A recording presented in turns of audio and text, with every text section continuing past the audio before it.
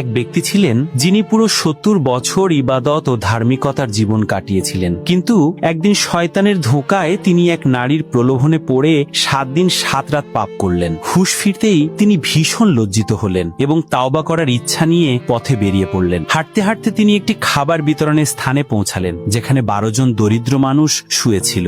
সেদিন তাদের সাথে তিনি মিলিয়ে মোট ১৩ জন হয়। খাবার বিতরণকারী লোকটি ১২টি রুটি সবাইকে দিয়ে দিল, কিন্তু একজন দরিদ্র মানুষ রুটি পেল না। সে ক্ষুধার্ত হয়ে বলল, আমাকে দাওনি কেন? কিন্তু বিতরণকারী বলল, আমি তো সবাইকেই দিয়েছি। রাগে সেই লোকটি চলে গেল। তখন তাওবাকারী ব্যক্তি ভাবলেন, আমার কারণে একটি মানুষ আজ ক্ষুধার্ত হলো।